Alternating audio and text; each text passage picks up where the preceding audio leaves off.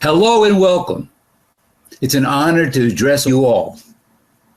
I played a lot of baseball and softball over the years, and it was always a thrill going 4 for 4, getting 4 hits and 4 chances at bat. But now I'm 4 for 4 in a less thrilling way. This is the 4th major meeting at which I'm speaking with you virtually instead of in person. And this will be the 4th time I miss speaking and greeting you face to face. Virtual meetings are just one of the many changes we've all experienced in the last 20 months. Not only have we changed how we meet, but how we work, how we adjust to family life, and how we learn remotely. The pandemic has been difficult for everyone around the world, and I wish the best of health to you and your families, and for those of you who have suffered losses within your families, you have my deepest sympathies.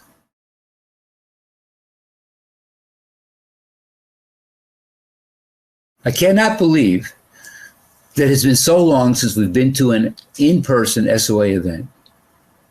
The important thing is that we're together and we're adapting to the changes and leaning into them.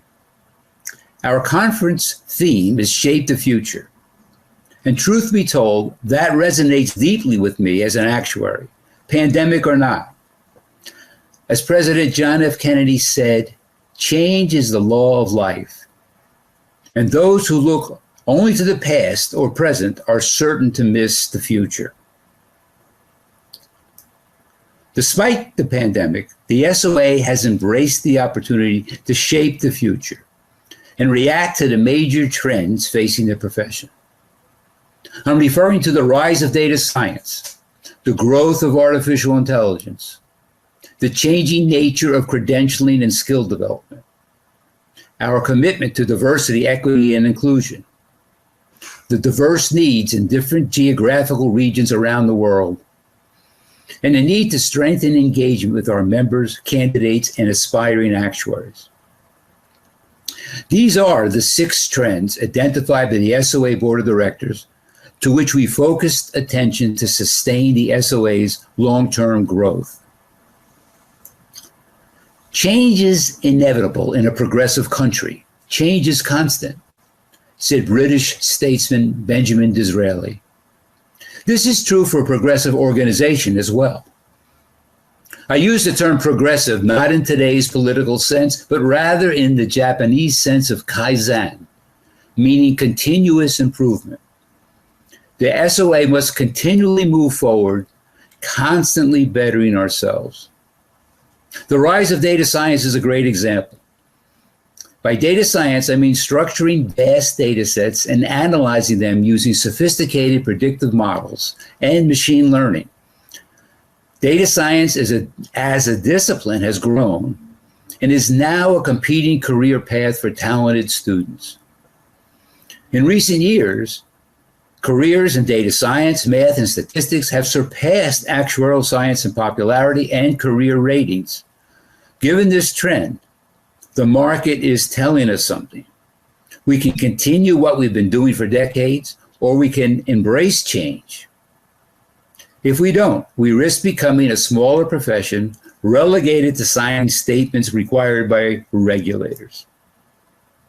This is the reason we took the initiative this year to add a new course in the ASA curriculum covering data science, advanced predictive analytics, and responsible use of data. That's the technical skill set we know employers want. But we're going beyond just improving our technical skills. One of the ways we distinguish ourselves from data scientists is our professionalism. In particular, our professional code of conduct and disciplinary procedures. To that end, we developed the Ethical and Responsible Use of Data Certificate Program. Regulators want to know our models are bias-free.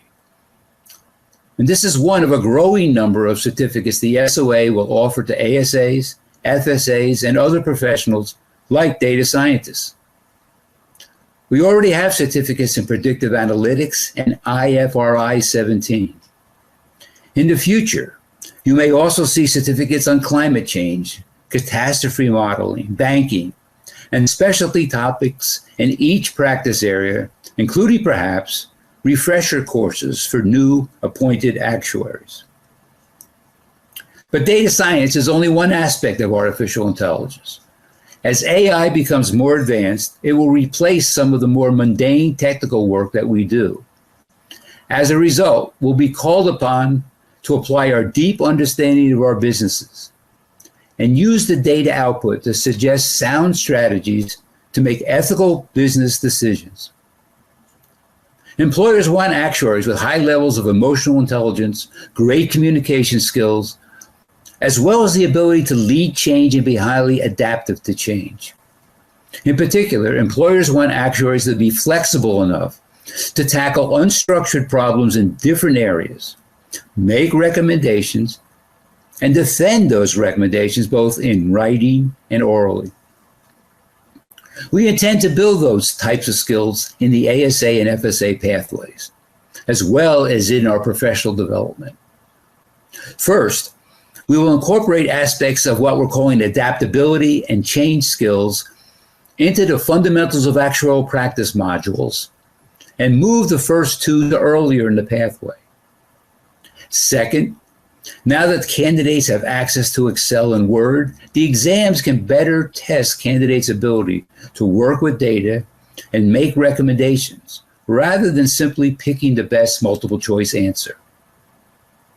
Third, we want to make better use of universities, as they are excellent places where students can gain adaptability and change skills.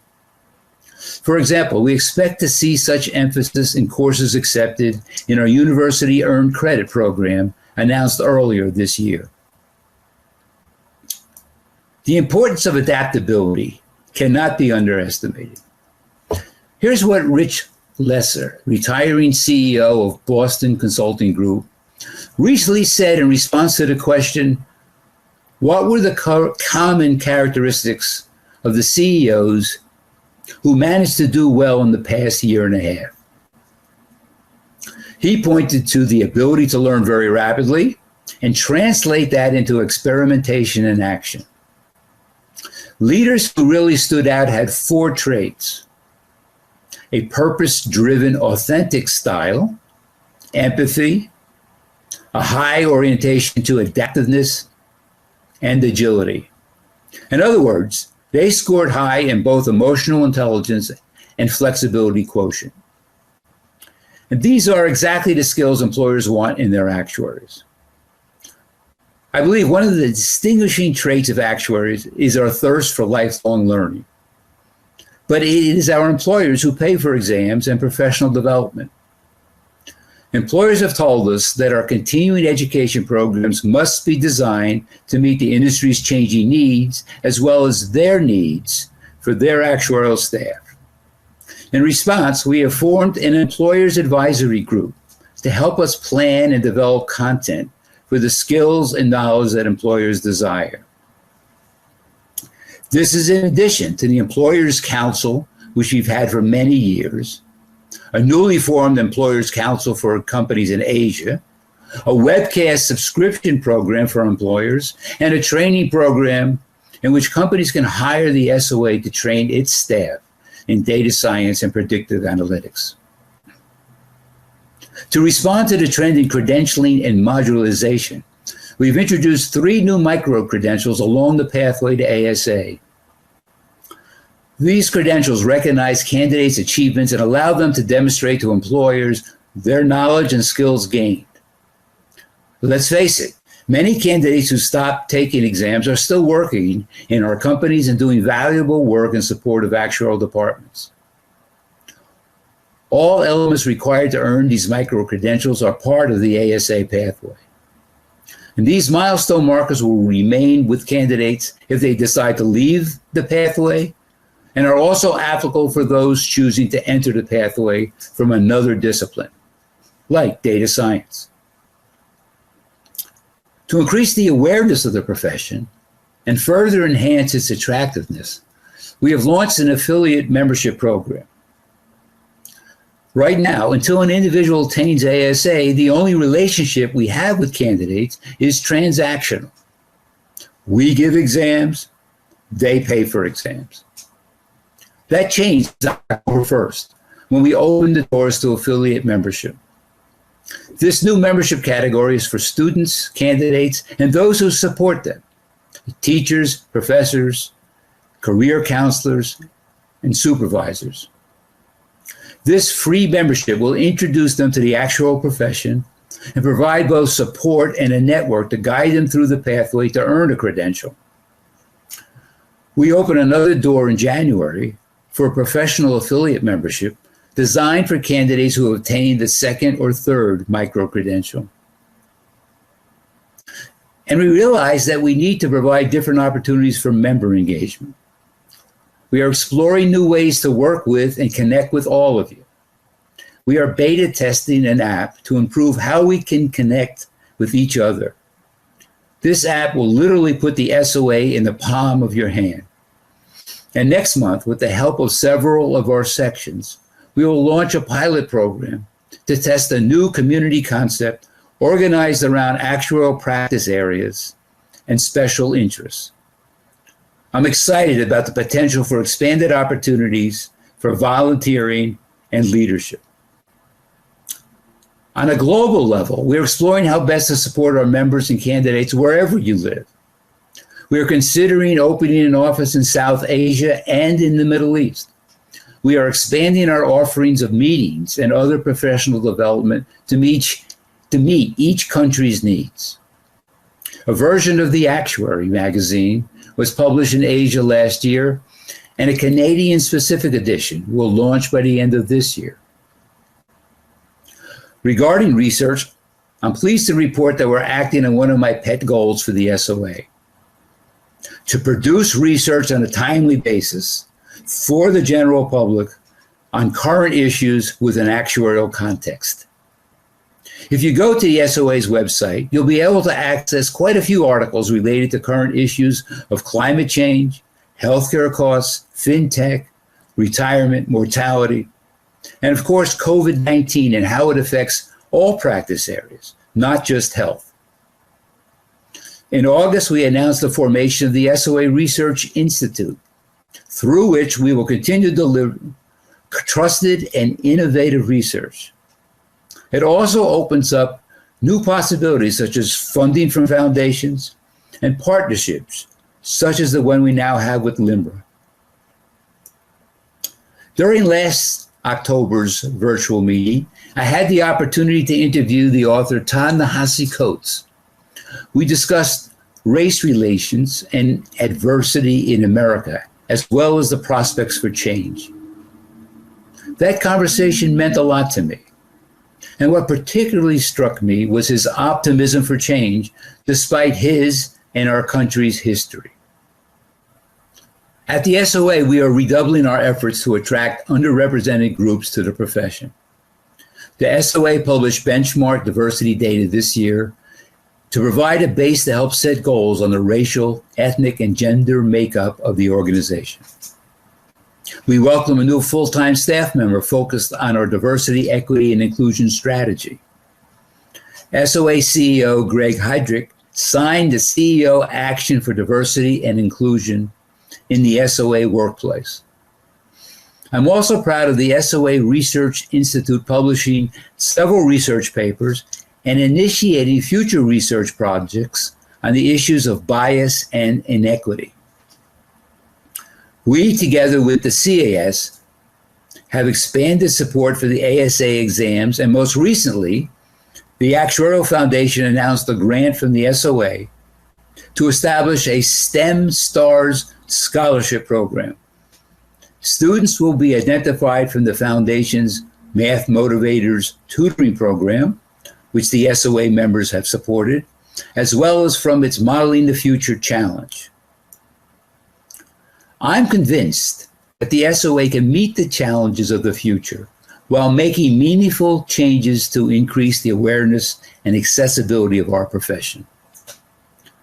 The goal is to prepare future actuaries who fully represent the populations we serve and who are recognized as the go-to professionals, sought after by employers, clients, regulators, and legislators, to strategize, manage, and solve a wide range of financial and societal problems dealing with risk.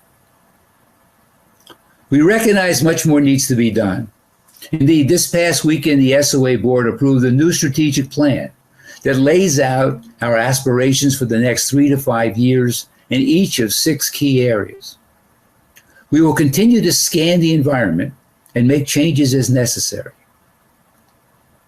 Like nearly everything else in our 24/7 world, change is accelerating, and so must we. As Albert Einstein observed, you can't solve a problem on the same level that it was created. You have to rise above it to the next level. And we're doing that by taking our long-term growth strategy to another level. During my term as president, I felt a deep responsibility to maintain the preeminent position of the actuarial profession. But I couldn't do it alone. I want to thank the board, my leadership team, and the fantastic SOA staff for your ideas, support, and willingness to embrace change. I trust that you, the members, can see that your board has taken a balanced and thoughtful approach to address the long-term trends and challenges to our profession.